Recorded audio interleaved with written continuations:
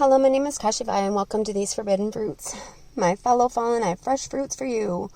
I was listening to the Nunsky, a channel here on YouTube, and she was talking about gluttony and greed being part of part of the 7 deadly sins, 2 of the 7 deadly sins. There's also coveting. Coveting is a deadly sin. Adultery is a deadly sin. Murder is a deadly sin.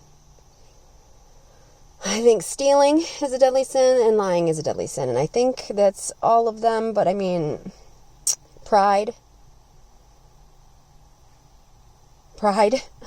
is a deadly sin.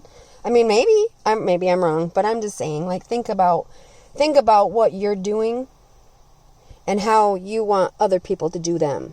Like, how do you do you? How do I behave? Do I behave like I want someone else's shit? Or do I behave like I want my own shit and I should have that sovereign right to my own things? If I created them and brought them into this world, if I manifested that, whether it be my karma or whether it be my child, or whether it be my home, or whether it be my job, or whether it be my vehicle, or whether it be, like, other people should not be overseeing my shit, just like you should not be worried about what other people are doing, because, like I said before, in the calm comes the control. Like, in the control comes the calm as well, because you control your own shit and you don't let anybody else do that.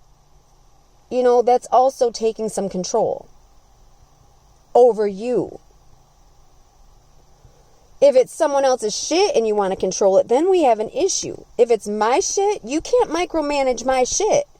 And you shouldn't be able to. Like, and the law shouldn't enforce you micromanaging my shit unless you are the owner, CEO of the company that I work for, which would be this fucking, yeah, exactly. Thinking they're overseers of my life, the fucking state, the government, you know. But it's not just that either. It gets smaller and smaller and smaller. It gets into, like, the community, the state, the community, the county, the family, the children, you know. Like, if those are my children, you don't get to micromanage them. If I put them in school and they have to abide by the rules of school, that's fine. That's one thing, because I put them there. But if I didn't put them there, then they don't have to listen. And they don't have to behave just because that's how you want them to be. Like, if you're forcing me to bring them to school, then you got to teach them what... I've got to agree with what you're teaching them.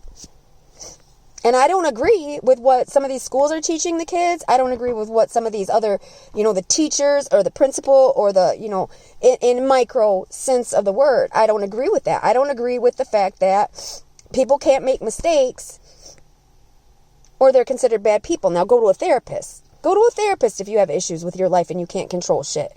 Or bring your kids home and homeschool their ass if you have issues with the school. Take care of your own responsibilities. That's your responsibility to make sure your child is being taught the right way. And if somebody else is trying to teach your children something different, then you bring them away from those people.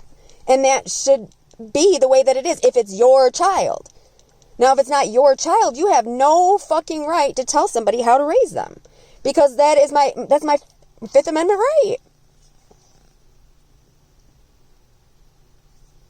Either that or it's my fucking second. It's either the second or the fifth. 1, 2, 3, 4, 5, fifth. I don't know. I just know that it's none of the fucking government's business what I do with my children.